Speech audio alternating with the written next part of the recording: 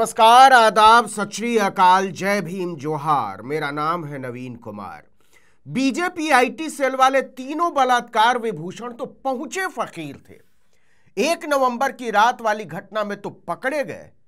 ऐसे तो एमए भी पास नहीं थे, लेकिन लड़कियों को छेड़ने में, छूने में, दुपट्टा खींचने में, फप्तियां कसने में भाजपा के सपूतों को पीएचडी मिली हुई थी। लगता है जमकर ट्रेनिंग दी गई होगी।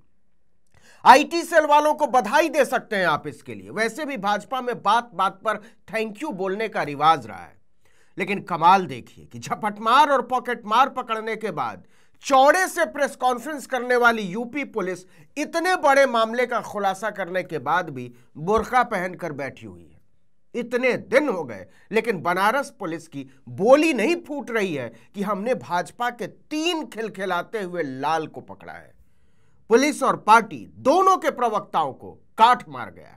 भाजपा के बड़े बड़े नेताओं के साथ बलात्कारियों के नजदीकी रिश्तों की दहशत का आलम यह है कि वाराणसी के कमिश्नर मुथा अशोक जैन और पुलिस अधिकारियों ने इस मामले में किसी भी तरह की टिप्पणी करने से साफ इनकार कर दिया। ना, कमिश्नर ने कहा कि हमारे लिए यह अध्याय बंद हो चुका है, हमने आरोपियों को गिरफ्तार कर लिया, बस।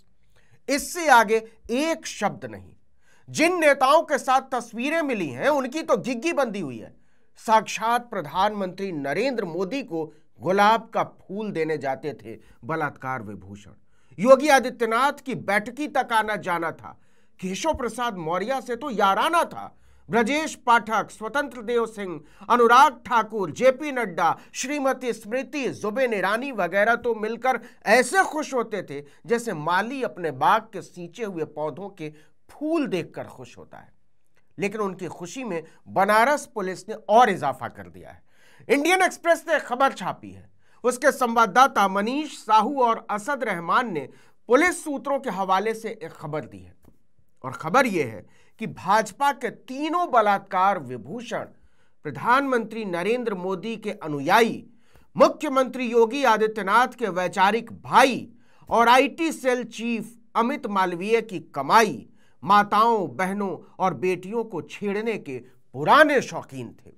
आईआईटी बीएचयू यौन उत्पीड़न मामले के तीनों आरोपियों ने पूछताछ के दौरान पुलिस को बताया है कि वो कैंपस में छेड़छाड़ की 3 और घटनाओं में शामिल रहे थे। इतना ही नहीं, कथित तौर पर उन्होंने बताया है कि वो छेड़खानी के मौके की तलाश में नियमित तौर पर बीएचयू कैंपस जाया करते थे। जांच में शामिल अधिकारियों ने द इंडियन एक्सप्रेस को बताया कि उनकी कॉल डिटेल रिकॉर्ड के विश्लेषण से इसकी पुष्टि हुई है कि रात के 11 बजे से लेकर 1 बजे के बीच वो अक्सर बीएचयू कैंपस में दिखाई देते थे। पूरे देश को पता है कि वाराणसी पुलिस ने 1 नवंबर की रात को एक छात्रा को बंदूक की नोक पर निर्वस्त्र करके दुष्कर्म करते हुए वीडियो बनाने के आरोप में 30 दिसंबर को भाजपा के 3 सपूतों 28 साल के कुणाल पांडे, 22 साल के अभिषेक चौहान उर्फ आनंद और 20 साल के सक्षम पटेल को गिरफ्तार किया था। द इंडियन एक्सप्रेस की रिपोर्ट के अनुसार इस घटना से केवल 2 दिन पहले एक और छात्रा को बिल्कुल उसी तरह, लगभग उसी वक्त छेड़ा गया था। उस छात्रा ने प्रॉक्टर कार्यालय को इसकी लिखित शिकायत भी दी थी। बीएचयू के डीन ने इंडियन एक्सप्रेस से पुष्टि भी की है कि हां, 30 अक्टूबर की घटना के संबंध में प्रॉक्टर दफ्तर को शिकायत मिली थी, हम जांच कर रहे हैं। इसी तरह एक और छात्रा ने इस तरह की बात कही है, लेकिन उसने डर के मारे लिखित शिकायत नहीं दी। पुलिस सूत्रों के मुताबिक पूछताछ के दौरान तीनों ने कबूल किया, आरोपियों ने, कि उन्होंने अतीत में कैंपस में 3 और लड़कियों के साथ छेड़छाड़ की थी। इसमें घटना से केवल 2 रात पहले 30 अक्टूबर को एक छेड़छाड़ भी शामिल थी। सोचिए क्या दबाकर ट्रेनिंग मिली होगी भाजपा में आईटी सेल को चलाने की। भाजपा के बलात्कार विभूषण सपूतों के इतने मामले तो सामने आ चुके हैं, पता नहीं कितने दबे हुए होंगे या दबा दिए गए होंगे, कोई नहीं जानता। PM, CM, deputy CM, Bhajpa के राष्ट्रीय अध्यक्ष, बड़े बड़े मंत्री, इतने बड़े बड़े नेताओं के साथ उनका उठना बैठना था कि पुलिस की जुबान नहीं खुल रही है। बाबा के सारे बुलडोजरों के लोहे के पहिए पंक्चर हो गए। चैनलों के एंकरों और एंकरानियों के मुंह में गोबर जम गया है। सबके भीतर का नारीवाद तिरोहित हो गया है। भाजपा के बलात्कार विभूषणों के पकड़े जाने के बाद उनके पड़ोसियों ने भी चैन की सांस ली है। उनके आसपास के लोग बताते हैं कि उनकी दादागिरी ने जीना मुश्किल कर रखा था। उन्हें लगता था कि पीएम, सीएम, डिप्टी सीएम और भाजपा के राष्ट्रीय अध्यक्ष के साथ घूमने वाले की शिकायत कौन सुनने वाला है शहर में। और होता भी यही था। तीनों भाजपा आईटी सेल के होनहार कार्यकर्ता थे। एक समन्वयक था, दूसरा सह समन्वयक था, तीसरा कार्य समिति का सदस्य था।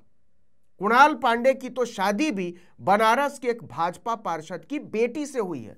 कौन हाथ डालता और कैसे डालता? पुलिस भाजपा के बलात्कार विभूषणों पर हाथ डालने में कैसे थरथर कांप रही थी, इसका अंदाजा इसी से लगा लीजिए कि वाराणसी पुलिस तीनों को पकड़ने के लिए मध्य प्रदेश भी गई थी। पुलिस सूत्रों के मुताबिक वाराणसी पुलिस तीनों आरोपियों को ट्रेस करते हुए मध्य प्रदेश के रीवा तक पहुंच गई थी। वहां तीनों आरोपी कुणाल, सक्षम और अभिषेक चुनाव में सोशल मीडिया कैंपेनिंग कर रहे थे भाजपा के लिए। यहीं पुलिस ने सीसीटीवी फुटेज से तीनों आरोपियों के चेहरे का करीब से मिलान किया। तीनों आरोपियों के कंफर्म होने के बाद टीम वापस वाराणसी आ गई बिना पकड़े हुए।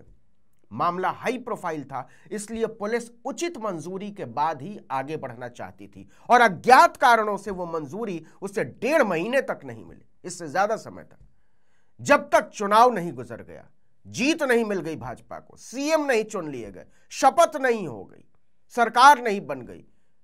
क्या यह हैरानी की बात नहीं है कि गिरफ्तारी के इतने दिन बीत जाने के बाद भी इस पूरे मामले पर वाराणसी पुलिस ने कोई भी आधिकारिक ऑफिशियल स्टेटमेंट जारी नहीं किया है।